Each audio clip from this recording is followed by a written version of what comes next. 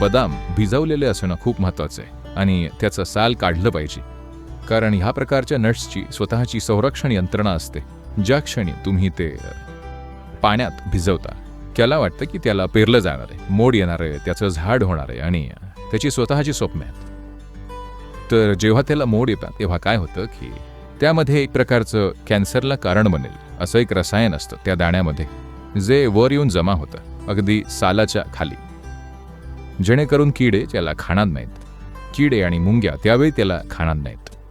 म्हणून तुम्ही ते भिजत घातलं पाहिजे. त्याला असं वाटू दे की ते मोठं होणार आहे आणि मग साल काढून टाका आणि मग तुम्ही बघाल ते कॅन्सरला कारणीभूत रसायन निघून गेलेलं असेल.